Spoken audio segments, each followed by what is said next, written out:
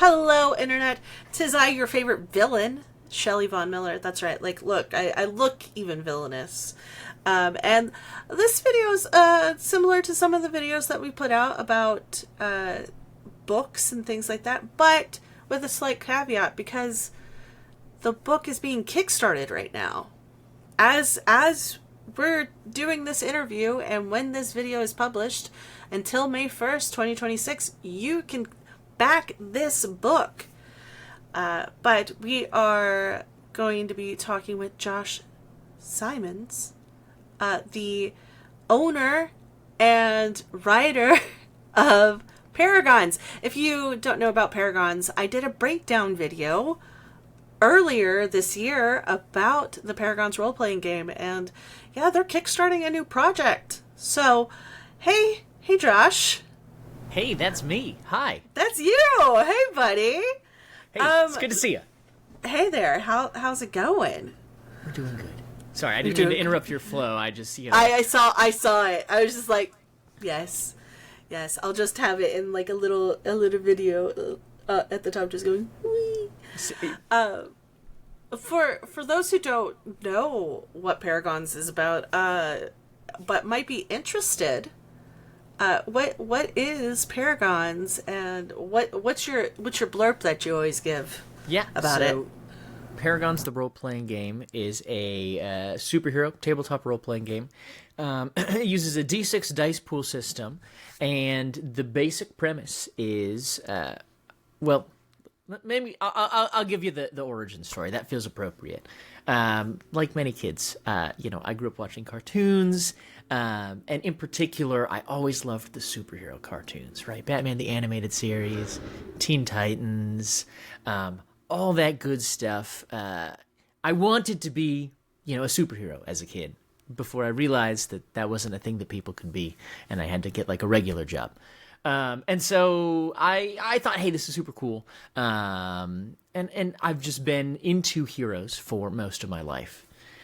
A couple years back, I was sitting around, doing some RPG writing, going, oh man, I should, take this passion that I have for heroes and do something with it. And so Paragons was born. Ironically, it started, I had an idea for the way that the dice system would work, and then I went, oh, hey, actually, this is a really cool thing to use for that superhero concept that I've been kicking around. Let me merge the two. The rest is history. I would say that the mechanics are going to be very familiar if you've ever played something like the Year Zero engine. So you're building a dice pool. You're rolling them all, and then you're looking for successes on your dice. A 5 is 1 success. A 6 is 2 successes. And otherwise, you're there to describe these cool cinematic narrative superhero moments where you use your powers to soar into the air and punch the bad guy and save the day and help the elderly lady across the street and all that jazz. Cool superhero, like, iconic stuff, I also like the fact that you can also be a villain. You can be a villain. It's true. And I sometimes just want to be the villain. And am I the problem? Maybe, but that's a whole nother issue. Look, superheroes are cool. Supervillains, that's where it's at. And you can't have a superhero without a supervillain, and you can't have a supervillain without a superhero. The light meets the dark; they balance one another. Yeah, you can totally make a villain with Paragons. Mm-hmm. So the way that it works, right, there's 8 archetypes for characters. And archetypes are really, think like a Powered by the Apocalypse game, like Playbook. It's a couple of things that you can do, and otherwise it is much more descriptive of how your character would do something than proscriptive in the way that like a D&D class is, and limits the number of abilities you have to a certain selection of things, because abilities are completely separate in Paragons, and there's like 60 plus abilities that you can choose from. I haven't counted them all. That sounds bad to say. I wrote them all, I just haven't counted them all. But there's north of 60. And you can mix and match them to create your ideal character. So you could have flames and flying and use the flames to fly, or you could have flames and invisibility and they're completely unrelated powers, or you could have flames and, I don't know, the ability to be incredibly precise. It's called Blaster, and you can hit people with ranged attacks from a distance, and so you're hitting them with, ranged flame attacks. It's very much sort of a build your own sort of thing with this nice handy toolkit, but it puts the power in your hands as a player to build the character the way you want them to operate, as opposed to dealing with very rigid, structured rules around how the characters in the game work. That's awesome. So, I mean, Paragons got kickstarted in October 2024, and it was quite successful. This project is a little bit different. It's a starter kit for those who are wanting to get into the system. What can you tell us about the starter kit? Yeah. One of my big soapboxes in the tabletop games industry is that we have so many really cool RPGs, and it sucks to learn like half of them, right? And if you don't have someone who has run the game for you before, there is just no way to get a good feel for what the play experience is supposed to be like. And so the starter kit, I held it up earlier, I'll do it again, is designed with the express purpose of making it very easy to learn a game for the first time. So I'll crack it open for you. This is my print sample. It comes with a very condensed version of the rules. This is, as you'll note, substantially smaller than the core book. It's 40 pages. And let's just talk about this. This book is already small comparatively to other rule books, other rule sets out in the game. Yeah, this is 120 pages, give or take. Yeah. I've got it down to under 40 here. Holy crap. 33, I guess 34 if you include the back cover, which is your, okay, you've read this book, now what? Pared the rules down to just the basics that you need to get started. We've taken out character creation. We've taken out some of the world building and some of the fluff that isn't essential, because we give you in the box 4 scenarios that you can play through. We call them episodes in the game. I realize I just blocked my mic doing that. How unprofessional of me. 4 scenarios with some fun illustrations, and each of them is a totally different scenario, although I will tell you, I wrote Hello from Hell and At All Costs, and they do tie in. You can run them consecutively very, very easily. The other 2 were written by different folks who contributed to the box. Taylor Navarro, who is now on the design team at Wizards of the Coast, wrote Cruise Ship Chaos. Cruise Ship Chaos. Look at me. And then Eugenio Vargas wrote The World Tour. They're really cool scenarios. Each one shows off slightly different takes on the mechanics. So one of them leans very heavily into the investigative aspect. One of them leans into pitched battle, Battle for New York at the end of the first Avengers, MCU live action movie. The cruise ship chaos scenario is really lighthearted. I would say of the 4 of them, and starts off typical RPG beach episode, and then there's some tomfoolery afoot, and you've got to deal with a villain who's there on the cruise ship, but I won't spoil the details. And then Hello from Hell is one where you're playing as students on this sort of training mission, and there's a hero there to kind of hold your hands. And I wrote that specifically because it is a great first episode to run with your players, because there's a character there who can hold their hand during the game, much like you might want to hold their hand during the game as the game master. And then the other thing that we did that I think is really cool, again, maybe I'm biased here, is we've got these little character cards. So rather than using like a character sheet, there's all kinds of information. I've taken a page from board game design and got a little reference here for everything that you can do on your turn as a character right here. And then all the numbers and stats are right there. And instead of like laying out all the things that you're mixing and matching under attacks, I just say, here's what the numbers are.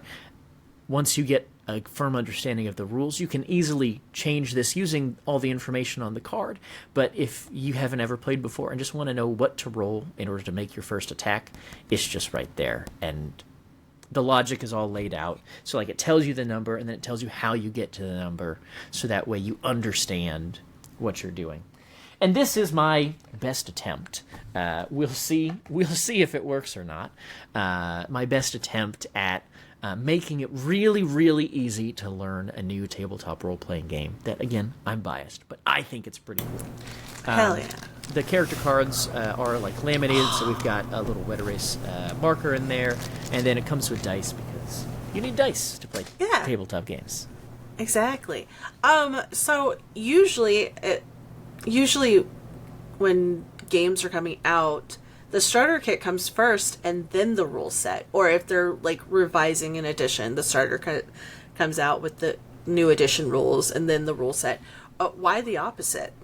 Yeah, well, so, we did have a quick start guide that was available during the initial Kickstarter, but I wanted to provide more support than just a quick start guide. And it goes back to, my soapbox. I think it is really important to provide high-quality support for learning an RPG, and I'm trying to do that. This is like a big swing here. I'm seeing if there's an audience for it. I'm seeing if there's an interest in it. It wasn't something that I had the resources or the bandwidth to make as part of the initial Kickstarter campaign. But I imagine that it would be a really helpful resource. And so it's a guess. I think there's an audience for this, and I think it would be really, really valuable. And my hope is that by kickstarting it, the product comes to life, and then I can bring it with me to conventions and I can sell it online in order to provide an easy resource that is more affordable than the book. The core book is $40, but I can sell this starter kit for $30. And it's the kind of thing that, if your game master has it or if a library has it, lots of people could take advantage of it. It's all designed to be reusable. And, potentially 100 people could learn to play the game off of a single starter kit. So, the philosophy there is I'm making the cool things that I want to see in the world. And hopefully other people want to see that in the world too. It's funny because I occasionally talk to people who are doing new RPG products, and I'm always like, oh, you got to do some market research and see if there's an audience for your product before you, make it and put all the time and energy into completing it. But here I've disregarded my own advice, and I have said, I think this is a thing that I want, and whether or not someone else wants it or not, we'll find out. But I think it's really valuable, and my hope is that other people will agree with me. But I will say, anecdotally, after the first Kickstarter, we released one scenario like this, and people really liked having an adventure that they could run, an episode. And so my thought here is let's give more content. Let's give more goodies. And whether you've already played the game and already got it and are just looking to expand, the resources that you have at your disposal, or are brand new and this is your first touch point with it, it should have something for everyone. Hell yeah. As a fan of a starter kit, I have plenty of starter kits over on my bookshelf right now. I love them. Because, again, like you said, anybody can grab it. It could easily be at a bookstore or at a library or, you know, a daycare, and people can learn how to play the game wherever they're at. And if they're at a con and they're picking up the quick start guide or the starter kit, they can easily that night just, you know, open it up, hand out some character sheets and not have to print anything off. So yeah, perfect. So again, you're kickstarting this. What have you learned from your first to this one? And what have you changed? What have you kept the same? Yeah, well, you know, it's funny because there are so many people online who will tell you that for, you know, the low price of insert number here, they will tell you all the secrets that they've learned about crowdfunding campaigns. And there are some things that are, you know, sort of universally true about how do you pitch a product, and how do you, you know, make something sound appealing, and how do you create like a call to action or a pitch that people can latch on to. But I think one of the big things that I took away from the initial crowdfunding campaign was like the things that make Paragons resonate with people are things that are, you know, to some extent like applicable elsewhere. And so trying to find those same ways to talk about this project that were successful with the core book is a thing that I've been actively working on. There's some strategic pieces on the first Kickstarter. I really didn't have much of an advertising budget at all, and I've tried to create a bigger chunk of my budget for advertising for the starter kit. But so much of advertising for crowdfunding campaigns, I think, needs to happen before the project launches. And it's really about, you know, getting as many eyes on it before the launch, so that way when you launch the project, there's followers there who are ready to, you know, get in and back the campaign right away. And so that was a thing that I learned, like, from a strategic level. I've got some different ideas around like how to structure stretch goals and pledge tiers. I've tried to create it so that no matter what happens, you know, everything will be done pretty much by the time that the campaign ends. So that way there's less shuffling for me to do after the campaign ends to get everything manufactured and ready to go. And it's not that like that was a bad experience last time, but there was a lot of stress trying to like get the final few pieces across the finish line with the first Kickstarter, because we crowdfunded it, I want to say, when the game was like 70 or 80%, you know, like manuscript complete. But then there was still the whole editing process that needed to be done, and we still had a bunch of artwork to get done. And that was really what that first Kickstarter was covering, was the development costs to get those things made. And so this time around, I've got the project, you know, pretty much content complete. My like product sample that I've got here has like a couple of placeholder images that weren't quite done in time, but otherwise it's effectively good to go. And so I expect that within like 2 or 3 weeks of the campaign being done, I'll be in a place where I can place the order with the manufacturer. And the nice thing there is that means that folks are going to get their stuff a lot sooner too, right? And so if I place the order in May, then I will potentially have product in hand in like July, August, which means that I can almost certainly have it in the backer's hands by September. So if you think about it, this could be an early Christmas gift, and you'd still be months early. And trying to build that timeline, even with some buffer there, to make sure that you know, there's no unpleasant surprises. It's a lot of risk management. You know, putting on my business hat is what could go wrong. Okay, build in a month of extra, you know, wiggle room in the timeline to make sure that thing doesn't go wrong. But I don't know, you know, at the end of the day, I firmly believe that this is a process that I will continue learning things about. probably for as long as I make things in the RPG space, and I hope that's for a very, very long time. But I imagine that I will learn something new every time I do this. Amazing, amazing. Yeah, I was looking at the timeline. I was like, oh, September of this year. I'm so used to like 2 years, a year. And I was like, oh, okay, 6 months. And Brilliant. I appreciate that.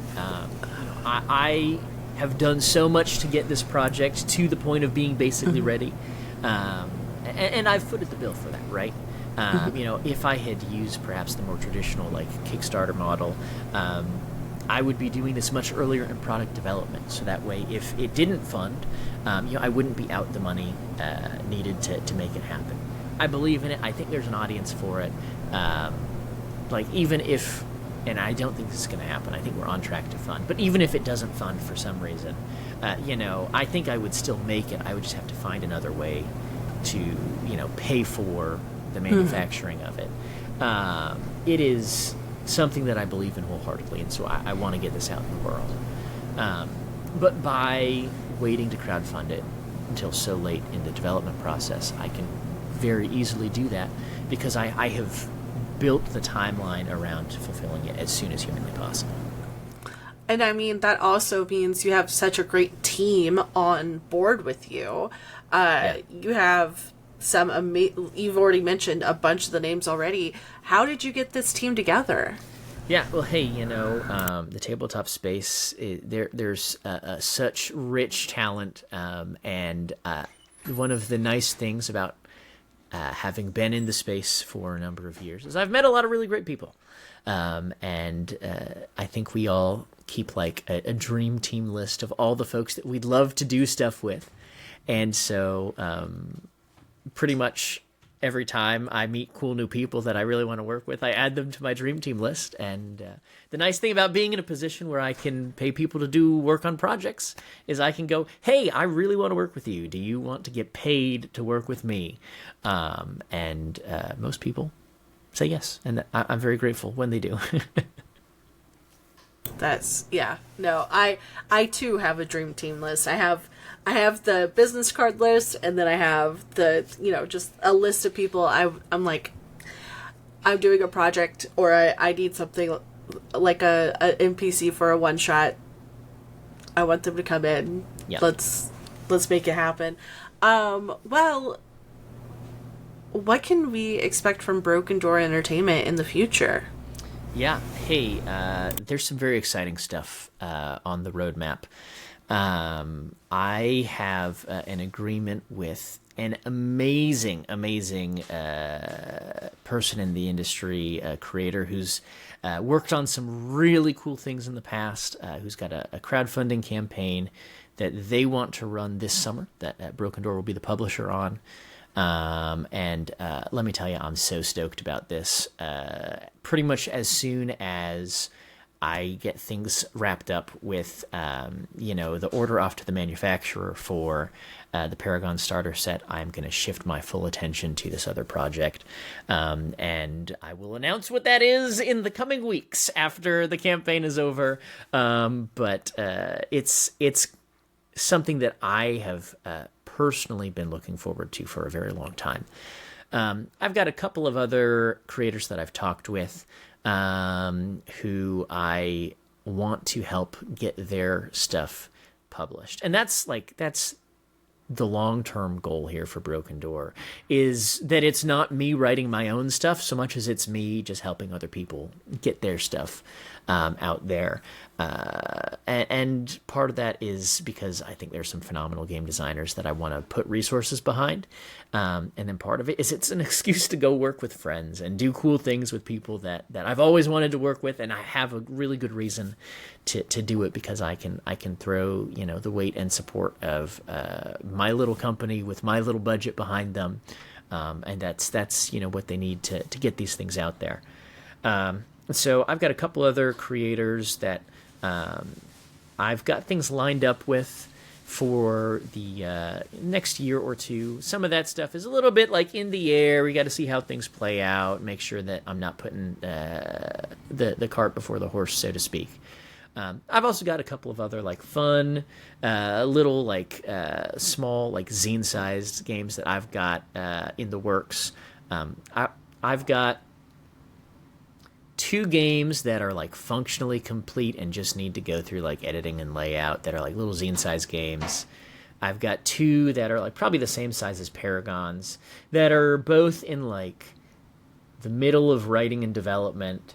And I've been kicking around the idea for 5e campaign setting for like 3 years now that is starting to like bubble up to the surface and go, hey, maybe it's time to actually write and publish this thing. So lots on the roadmap. Where some of that stuff is going to fall depends on how like specific pieces land in the next couple of months. But I expect that at the very least, those zine projects will probably be out or crowdfunded in the next year. There's a small part of me that's, thinking about maybe do I do something, with another small indie, group in the space. I love like what the folks at Plus One are doing. I would also be interested in, seeing if there's something that makes sense through some other, organization or small publisher, if there's something that they're interested in there. But we'll see. We'll see. I've got some things in the tank. It's just, I don't ever want to promise anything too much because, like, I am one person and I have limited bandwidth. And every now and then, it's nice once there's no obligations to be like, hey, I'm going to go take a month off and not do anything creative for a little while and just rest. And I imagine that at some point this year I will want to take my month off and rest. But we'll see. We'll see. I've got some things that I'd like to get out soon. Yeah. You need the rest. I know the other work that you do, homie. You need the rest. Gotta stay busy. Gotta pay the bills. Exactly. All the things. Well, tell the people how to find the starter kit and the goal and everything like that. Yeah, of course. So we are. As of the time of recording, sitting just around 60% of our goal. It's a modest $10,000 that will cover the entire cost of manufacturing, of getting the starter kits shipped to me, and then cost of like packaging and things like that. So that way, all I'm charging as part of the Pledge Manager is shipping to you. So that way, you get your stuff. Otherwise, you can go to Kickstarter and you can look for Paragons Starter Kit, or you can follow the Broken Door accounts. It is Broken Door Games in most places, except for TikTok, because they didn't like that name for whatever reason. And so I'm Broken Door Ent over there. ENT, short for entertainment. Or you could just follow me personally. It's Joshua M. Simons on every social media platform, and it's at Joshua M. Simons, not it's. Realized the way I said that might be confusing. I'm on all of them, but I pretty much mostly post consistently to Blue Sky and Instagram. So you can also find links to it from there, because I'm posting about this thing every day, because I'm a one-man team, which means I'm my own social media manager and marketer and all the other good things that come with being, a one-man team. Well, thank you so much for sitting down and wanting to talk about your project. I can't wait to get my hands on the starter kit. I unplugged. I know PAX. I'm waiting. PAX Unplugged. I can feel it in my brain. There. It's one of my favorite shows of the year, and always kind of feels like a big old family reunion with all my friends. So totally get homecoming. it. I'll see you there. Yeah. Well, you can find all the links to the project down in the show notes. You can also find links where to find and follow Broken Door Entertainment and Josh on the internet. And yeah, if you're wanting to play superhero or supervillain, of course, and you want to get in on the ground floor of the starter kit, make sure to back it today. You have until May 1st. And yeah, besides that, I love you guys so much, and I will see you on the internet. Goodbye.